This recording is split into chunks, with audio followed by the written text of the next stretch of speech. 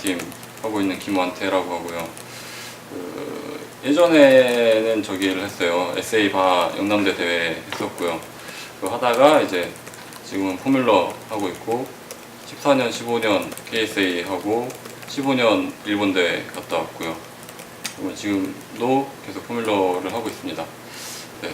기존에 SA 바를 주력으로 진행을 했었어요. 그리고 2008년에 KSA 바를 우승을 하고 이제 2012년에 영남대 SA 바하 우승을 하고 나서 약간 좀 아쉬움?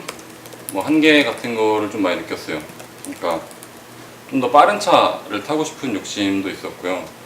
클래스가 어느 클래스가 더 높다라고 구분하는 게 좀 위험하긴 한데 어느 정도 바에서는 할 수 있는 만큼 했다라는 생각을 했고, 그래서 새로운 것을 해보고 싶어서 이제 포뮬러를 시작을 하게 됐습니다. 2008년에 F125 시절에 선배들이 하던 거를 이제 옆에서 그냥 지켜보는 게 전부였었기 때문에 새로 시작하는 마음으로 포뮬러를 진행하게 됐습니다. 그리고 13년도에 참가를 결정을 했고 14년 참가가 목표였습니다. 그래서 컨셉은 이제 접근성 그리고 비용하고 도전의식 같은 측면들을 고려해서 250cc 터보 엔진으로 결정이 되었고요. 250으로 결정을 하게 된 부분들 중에서는 접근성이라는 측면에서 기존의 오프로드 같은 경우는 125 엔진을 사용을 하다 보니까 출력이 한 번에 너무 올라가는 것에 대한 부담도 있었고, 차량의 강성이라던가 하는 것들에 대한 부담이 좀 있어서 좀 낮은 출력으로부터 시작을 해야겠다라는 생각이 있었고요. 그리고 이제 새롭게 하는 거다 보니까 기본기에 대한 필요성을 많이 느꼈는데, 개인적으로는 차량에서 가장 중요하게 생각하는 게 출력이 얼마나 높냐보다는 그 출력을 얼마나 활용할 수 있는가라는 부분이라고 생각을 해서 높은 출력보다는 좀 셰시의 완성도에 집중하기 위해서 그런 선택을 하게 되었고요. 그리고 또 한 가지는 이제 다른 곳에서 말씀을 드렸던 건데 250 클래스와 600 클래스가 정말 경쟁을 할 수 없는가라는 의문이 있었어요. 그래서 어차피 600cc의 출력을 제대로 활용을 못할 거라고 하면 250 정도 출력에서 또 경쟁이 가능하지 않을까라는 생각이 좀 있었고요.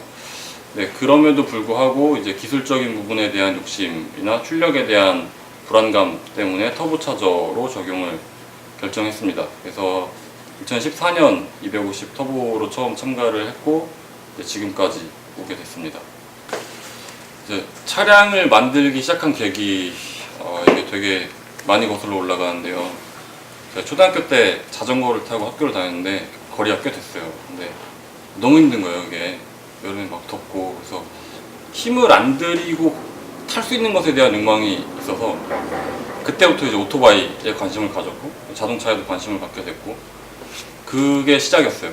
그러면서 자연스럽게 자동차에 대한 욕심이 생겼고, 이제 고등학교를 또 그러다 보니까 자동차 고등학교로 진학을 했는데 고등학교 3학년 때 처음 자율자동차라는 걸 시작을 했어요. 그때 이제 고등학생들 대회가 있었고 선생님이 한번 해보지 않겠냐. 이제 그래서 처음에 이제 별 생각 없이 시작을 했는데 이게 막 돌아버리는 거야. 막 피가 끓더라고요. 그래서 그때 이제 처음 알게 돼서 시작을 하게 됐고, 대학교 와서도 당연히 그러니까 대학을 오기 전부터 나는 대학을 가면 이걸 해야지 라고 생각을 했고, 학교에 합격하고 나서도 이 학교에 어떤 동아리가 있는지를 먼저 알아봤었고, 그래서 그렇게 시작을 했는데 이게 이렇게까지 오래 여기서 호적거릴 줄은 몰랐는데, 저는 사실 차를 만드는 것 자체에 대한 욕망이 있는 편은 아니에요. 만드는 거는 솔직히 좀 힘들고 하기 싫은 것도 많은데 타는 거를 되게 좋아하는데, 이왕이면 좋은 차, 이왕이면 빠른 차, 대회 때 그 결과에 있어서 차 핑계 대고 싶지 않아서 좋은 차를 만들고 싶어서 계속 하게 된 것 같습니다. 포뮬러를 시작하면서 어려웠던 점, 사실 모든 팀들이 겪는 문제, 비용의 문제가 되게 크죠. 근데 제가 이 부분은 항상 하고 싶은 말이 있었는데, 돈은 정말 어느 팀이든 부족합니다. 이 돈이 많다고 생각되는 팀들 있죠. 딱 지금 머릿속에 떠오르는 그 팀. 그 팀도 돈 부족하다고 느낄 거예요. 그리고 우리는 와 돈이 막 남아, 돈이 쓸 데가 없어, 이런 팀 단 한 팀도 없을 거라고 저는 단언하거든요.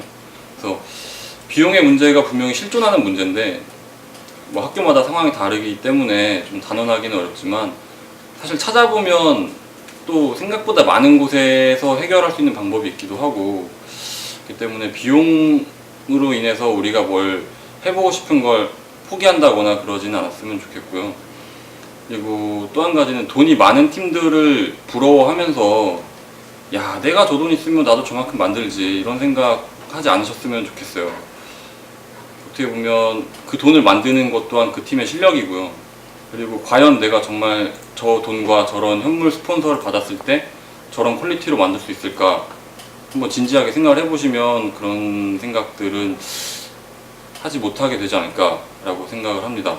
예, 이게 약간 좀 잔소리 같은 거고요. 그리고 이제 실제로 만들면서 제일 어려웠던 것들은 비용의 문제를 제외하면 데이터가 전혀 없다는 것이 가장 큰 문제였어요. 그러니까 엔진 같은 경우 저희가 출시되기 전에 결정을 했고 예약 구매를 해서 가지고 왔거든요. 그러니까 엔진에 대한 데이터가 전혀 없었다고 보시면 되고, 터보차저 역시도 처음 하는 거니까 당연히 뭐 데이터라든가 경험이 없었고, 또 서스펜션 같은 경우도 사실 뭐 계산하는 방식이라던가 이런 것들은 구글의 힘을 빌으면 웬만하면 다 구할 수 있어요. 근데 이제 문제는 그 계산에서 나온 값이 어느 정도 값이 내가 원하는 수치고 알맞은 값인가 라는 그런 경험치가 없다 보니까 그런 부분에서 이제 좀 어려움이 많이 있었고요. 그러니까 레퍼런스가 없는 거죠.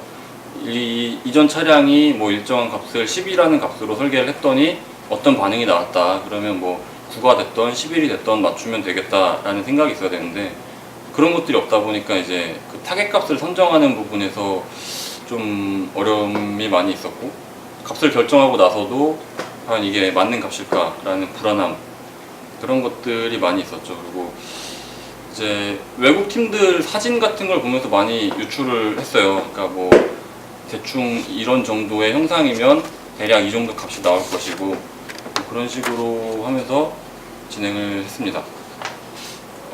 저희 학교만의 노하우, 사실 저는 특별한 노하우가 있다고 생각하진 않아요. 그러니까 진짜 노하우는 본인들이 노하우라는 걸 모르지 않나요, 보통? 그냥 당연히 원래 우린 이렇게 했었던 거니까 이렇게 하는 거지, 그런 부분들이 많아서 사실 어떤 게 노하우라고 말씀드려야 될지는 잘 모르겠는데, 개인적으로 신경 쓰는 부분은 중요한 부분과 중요하지 않은 부분의 구분을 빠르고 명확하게 짓자라는 거거든요. 그러니까 뭐 예를 들면 가공을 해요. 뭐 선반 가공이 됐든 밀림 가공이 됐든, 근데 공차를 얼마를 줄 건지를 확실하게 결정을 해야 되는 거죠. 그러니까 뭐 베어링 공차 같은 경우는 뭐 100분의 5 정도 준다고 치는데, 그냥 단순 스페이서 가공할 때도 100분의 5 공차로 가공을 하게 되면 시간과 비용이 비약적으로 상승을 하게 되니까, 그런 부분들의 판단을 좀 빨리 해서 이제 시간을 줄이고 비용을 줄이는 쪽으로 생각을 하고요. 그리고 지그 같은 경우도 이제 뭐 같은 맥락인데, 저는 개인적으로는 지그에 그렇게 크게 신경을 많이 안 쓰는 편이에요. 그러니까 어차피 연료령을 막을 정도의 지그는 저희가 생각하는 것보다 훨씬 많은 비용이 들어가기 때문에 그냥 감수하고 갑니다. 대신에 이제 서스펜션 하드 포인트라든가 뭐 이런 지오메트리 관련된 부분들만 좀 신경을 쓰고, 그런 것들을 이제 차량이 완성되고 나서 뭐 코너 웨이트나 얼라이먼트로 조절하는 그런 방식으로 하고 있습니다. 예. 물론 정확하게 하면 좋은데 사실 그 시간 대비 효과가 좀 미미하다고 판단되는 부분들을 좀 빠르게 쳐내는 정도가 저희의 노하우라면 노하우가 되지 않을까 싶습니다. 이제 개선점, 가장 큰 부분은 휠 타이어 다운사이징이 가장 큰 부분인데, 뭐 정답은 없지만 개인적으로 단기통은 10인치, 하기통은 13인치 정도로 생각을 해요. 그러니까 단기통을 쓰는 이유가 사실 경량화인데, 경량화에 집중을 하려면 어쩔 수 없이 10인치로 진행을 하게 될 수밖에 없더라고요. 그래서 1타이어를 이제 10인치로 바꾸면서 약 15kg 정도가 경량화가 가능하다라고 판단을 했고요. 결과적으로는 작년 차량 대비 10kg 정도 경량이 됐는데 외장에서 무게가 좀 증가를 많이 했어요. 그래서 외장에서 증가한 것들을 제외하고 나면 총 20kg에서 25kg 정도 경량화가 됐던 걸로 기억을 하고요. 그리고 터보차저 라인을 이제 좀 개선을 해서 효율을 상승하는 부분으로 집중을 많이 했습니다. 그러니까 엔진 효율 같은 경우는 이제 다이나모 측정을 해봐야 되는데, 제가 알기로 저희가 썼던 엔진 순정 상태로 다이나모 돌리면 약 20마력 정도 나온다고 알고 있고요. 저희가 다이나모 돌렸을 때 약 27마력 정도 나왔습니다. 근데 조금 아쉽긴 한데, 그래도 뭐 어쨌든 대회 때 이런 다이나믹 테스트 기록으로 보면 뭐 나쁘지 않은 정도의 성과가 있었다고 생각을 하고요. 그리고 또 한 가지 집중한 부분이 이제 프레임 강성 부분이었는데, 이 전에 만들었던 차량 같은 경우는 딱 규정에서 정해진 부재들 이외의 부재를 전혀 사용하지 않았어요. 근데 그렇게 했더니 프레임 강성이 굉장히 부족해지고 서스펜션 셋업이 전혀 적용이 되질 않아요. 그러니까 내가 서스펜션 세팅을 바꿔도 그 비틀림을 다 프레임에서 먹어버리다 보니까 그런 부분들이 있었습니다. 그래서 프레임 하단에 이제 보강을 많이 했고요. 확실히 보강을 하면서 강성이 늘어났고, 서스펜션 셋업에 좀 변화가 많이 피드백이 됐었어요. 근데 조금 아쉬운 점은 이제 그 비틀림 강성을 이렇게 정량화해서 측정해보지 못했다는 부분이 좀 아쉬운 부분입니다. 네, 차량을 만들 때 주안점. 그러니까 프레임 같은 경우는 이제 좀 전에도 말씀드렸듯이 비틀림 강성이고요. 그러니까 사실상 충돌 안정성 같은 경우는 규정에 정해진 대로만 제작을 하면 보장이 된다고 생각을 하거든요. 그리고 개인적으로는 충돌할 위험이 있는 공간에서 주행하는 것 자체가 좀 안 된다고 생각을 하고 있기 때문에, 그러니까 충돌에 대한 부분은 규정을 지키는 선에서 마무리를 하고요. 이제 그보다 중요하게 생각하는 부분은 그 프레임의 비틀림 강성인데요.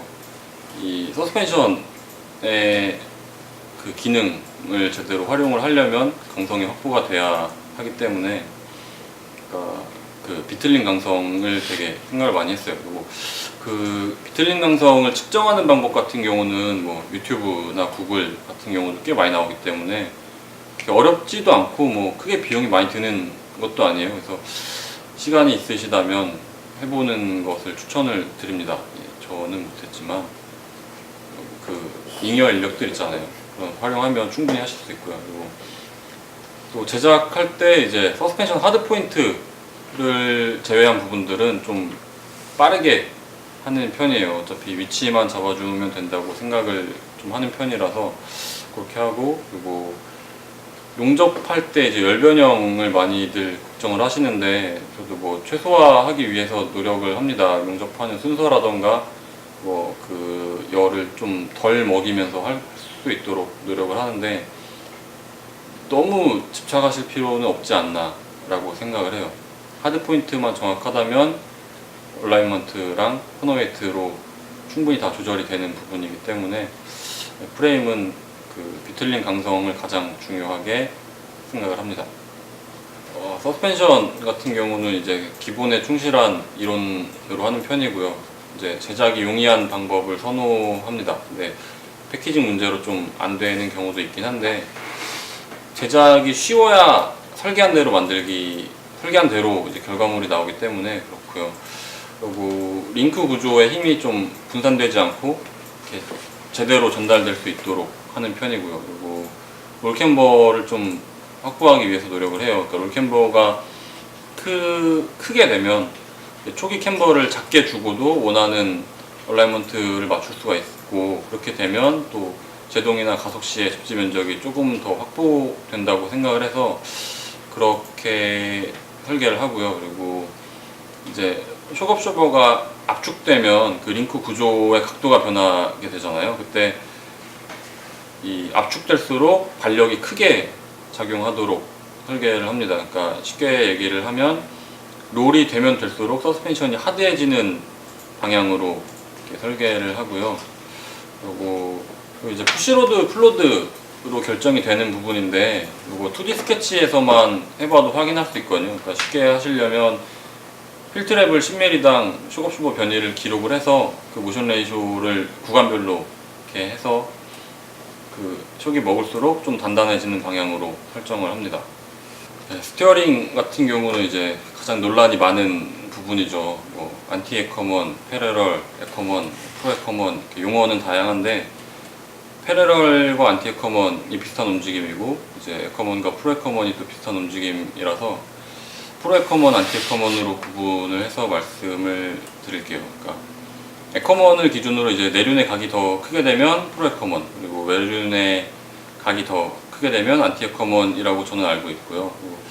장단이 있기 때문에 어느 게 정답이라고 말씀드리긴 어려운데 이제 안티 에커먼 같은 경우는 소넷이 외륜 하중이 더 크니까 외륜에 더 큰 슬립 앵글을 발생시켜서 이제 선회력에 도움이 된다는 이론인데 그것보다 제일 큰 장점은 제가 느꼈던 부분은 피드백이 굉장히 빠르다는 부분이거든요. 그러니까 조향이 굉장히 민첩해지고 조향을 주자마자 차량이 움직이는 느낌이었어요. 그리고 그러니까 작은 타각에도 차량이 빠르게 반응하는 느낌이었고요. 그리고 이제 이런 부분들이 뭐 더블 레인 체인지라던가 슬라럼 같은 부분에서 이점으로 작용을 하는데 저속 코너에서 언더스티어가 발생하기가 쉬워요. 그리고 또 그 소위 말하는 핸들이 말리는 현상이 발생을 하거든요. 그러니까 조향의 그 피드백이 증가를 하다가 어느 순간 갑자기 감소되면서 내가 의도한 것보다 더 많이 말려 들어가는 느낌이 발생을 해요. 그래서 이런 부분들이 이제 문제가 있고요. 그리고 이론대로면 이제 고속 선회에서 유리한 부분이 있는데 저희가 주행하는 코스 특성상 고속 코너가 많지 않기 때문에 저는 이점보다는 단점이 많다고 생각을 합니다. 그래서 프로 에커먼을 저는 조금 더 선호하는 편이고요. 그리고 이 프로 에커먼으로 하게 되면 내륜의 슬립 앵글이 더 크기 때문에 요가 더 빠르게 발생하는 느낌이거든요. 그래서 유턴이나 B턴 같은 이렇게 극단적으로 작은 코너에서 선회 반경이 굉장히 작아지는 이점이 있고요. 또 이 조향에 따른 차량의 움직임이 일정하다는 게 가장 큰 장점인 것 같아요. 그래서 개인적으로는 에커먼을 기준으로 차량을 제작을 하고 이제 토를 조절해서 프로 에커먼, 안티 에커먼 셋업을 변경하면서 성향을 파악하는 게 가장 좋지 않나 라고 생각을 합니다. 그러니까 에커먼 상태에서 토 인으로 하게 되면 안티 에커먼 같은 효과가 나타나고 토 아웃으로 하게 되면 프로 에커먼 같은 효과가 발생을 하게 되거든요.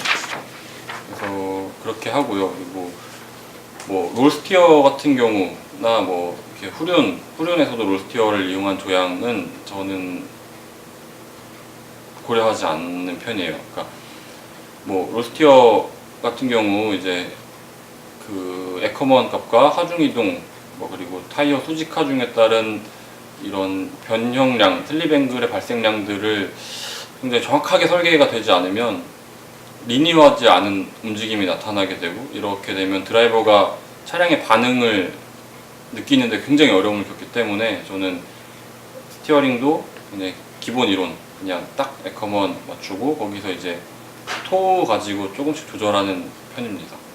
이제 엔진 같은 경우는 저희는 KR 엑시버 250에 가레트 GT0632라는 터빈 조합이에요. 사실 처음에는 같은 엔진에 현대기아 카파 엔진에 적용되는 터빈을 사용을 했었는데 용량이 좀 컸어요. 터빈 용량이. 그래서 흔히 말하는 꽝터보라고 하죠.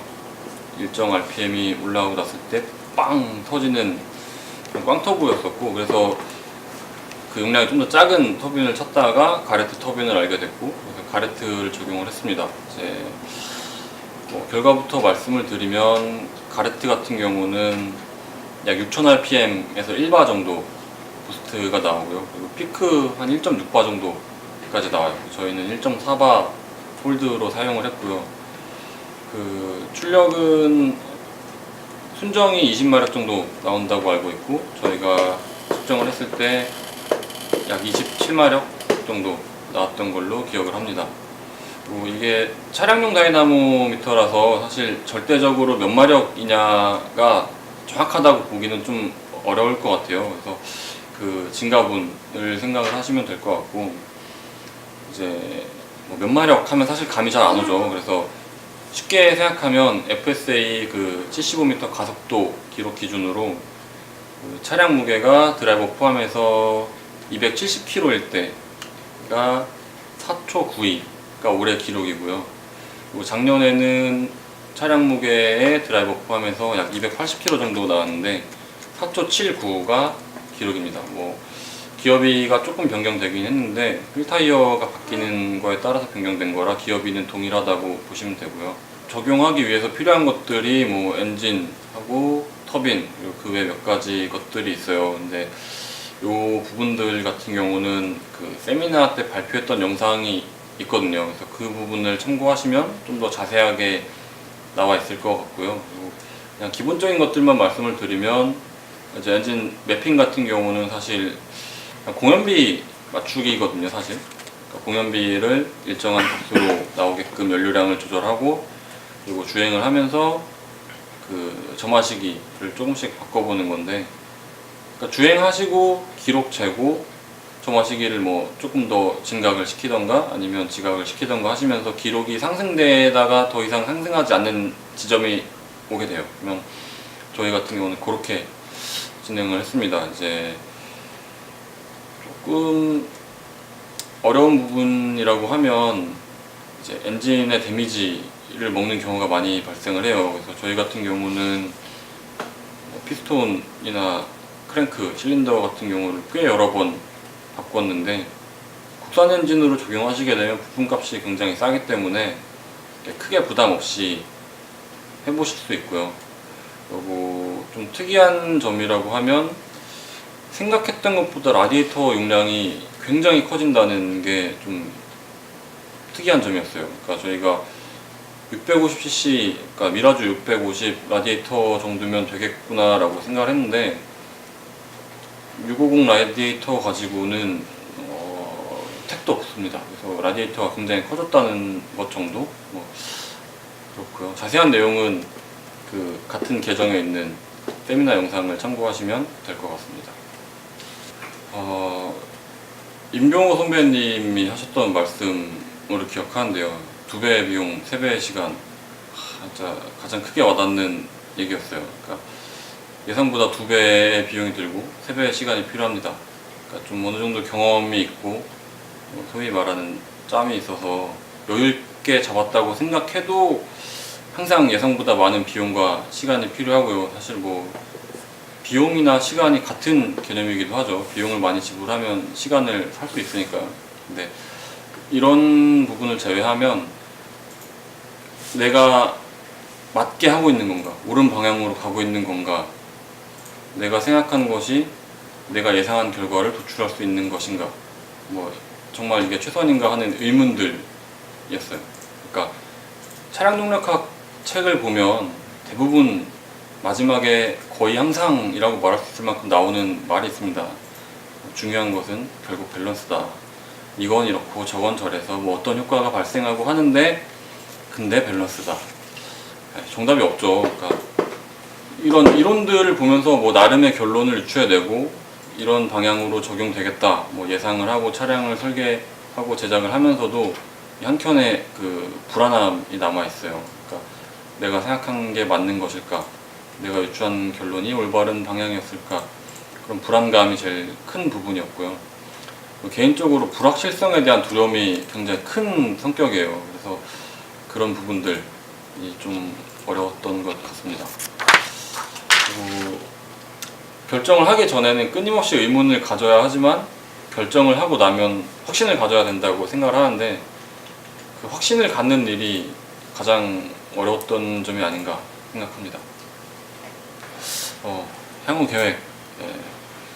사실 제가 이렇게 계획하면서 살지 않아요. 그냥 오늘 하고 싶은 거 하면서 사는 편이라 계획이라기보다는 업데이트를 한다면 어떻게 할까 정도로 하겠습니다. 그러니까 일단 450cc나 500cc급 단기통 엔진으로 업데이트가 필요하다고 생각을 해요. 그러니까 250 엔진이 제일 큰 장점이 경량이라는 부분인데, 참 아이러니하게도 250 엔진과 450 엔진의 무게가 거의 차이가 나지 않아요. 오히려 450급이 더 가벼운 경우도 많이 있고, 그런데 출력은 한 2배 이상 차이가 나거든요. 그래서 450급 엔진으로의 업데이트가 필요하다고 생각을 하고요. 그리고 뭐 언제나 따라오는 경량화, 그리고 에어로다이나믹 정도가 지금 필요하다고 생각을 하고, 또 이제 추가적으로는 그 차량의 움직임을 수치화해서 기록할 수 있는 데이터 로그 정도가 필요하다고 생각을 합니다. 그러니까 향후 계획이라기보다는 어떤 걸 더 하면 좋을까 정도로 하겠습니다. 이게 참 어려운 질문이죠. 쉽게 정리도 안 되고 하고 싶은 말도 많은 내용이고 또 함부로 말하기도 어려운 내용이고, 근데 제가 왜 이걸 계속 하는지 정도가 적당한 표현일 것 같아요. 그러니까 저는 그냥 취미생활이라고 생각을 해요. 조금 힘든 취미생활. 그러니까 매번 대회를 준비하다 보면 사실 다들 힘이 붙이고 내가 지금 뭐 하고 있는 건가, 돈 쓰고 시간 쓰고 고생하면서 뭐 한다고 이 고생하나, 그런 의문이 드는 시점 누구나 다 있을 거라고 생각을 해요. 근데 저는 그런 시점이 오면 그냥 좀 상상을 하는 편이에요. 대회장 가서 차 내릴 때 이렇게 막 어깨 힘주고, 이벤트 들어가기 전에 좀 긴장하고 있고, 경기 끝나고 나서의 모습들을 상상을 하고, 그러다 보면 이제 또 그래도 해야지 이렇게 그런 편이고요. 그리고 실제로 그 이벤트에 들어가기 전에 그 대기하고 있을 때 긴장감이 굉장히 그런 편이에요. 그리고 대회가 끝나면 아쉬움만 남습니다. 잘해도 아쉽고 못하면 더 아쉽고, 그리고 그 아쉬운 마음에 한 번 더 해보자고 하는 경우도 많고, 저 또한 그랬었고, 근데 아쉬움은 몇 번을 해도 아쉬움이 남더라고요. 그러니까 요것만 바꾸면 될 것 같은데 싶지만, 막상 한 번 더 해보면 한 번 더 한 만큼 또 많은 게 보이고, 그러면 또 아쉬움이 남고, 그 생각을 해봤어요. 제가 어차피 몇 번을 해도 아쉬운 걸 아는데 왜 이 짓을 또 하고 있을까, 이게 아쉬워서 하는 건 아닌 것 같은데 생각을 많이 해봤고요. 그리고 또 그렇게 물어보는 사람들이 있어요. 너 이거 해서 얻는 게 뭐냐, 너한테 뭐가 남냐. 사실 저는 뭘 얻기 위해서 한 것 같지는 않아요. 지금 생각해보면 상장 받아봐야 종이 쪼가리고요. 어디 써먹을 때도 딱히 없어요. 그리고 뭐 과정에서 얻는 것들이 분명히 있고 더 많은 것을 얻기 위해서 노력을 하긴 합니다만, 뭐 그런 것들을 얻기 위해서 한 것 같지도 않아요. 그냥 아무리 생각을 해봐도 그냥 재밌으니까 하는 취미생활, 그 정도가 딱 맞는 표현이 아닐까라고 생각을 합니다. 뭐 하고 싶은 말은 많고 정리는 안 됐고 좀 횡설수설하고 그랬던 것 같은데 봐주셔서 감사합니다. 끝! 이거 편집 존나 해야 되겠다. 시작! 네. 돌아버리겠네 진짜. 이거 들어갑니다. 네. 기계적으로 약간 이거 돌겠다 진짜. 이거 존나 어려운 거네 이거. 끊고 다시 기계적으로부터. 이거 너무 보고 읽으면 근데 또 좀 그렇잖아. 이거 어떻게 했대? 이거 개명대랑 정순이랑. 이제 프로 해커먼, 안티 해커먼. 씨발 이거 내가 뭐라고 썼는지 모르겠네. 스티어링 끊고 스티어링. 봐주셔서 감사합니다. 끝! 아이씨. 부끄러워 뒤지겠네. 마지막 9번은 그냥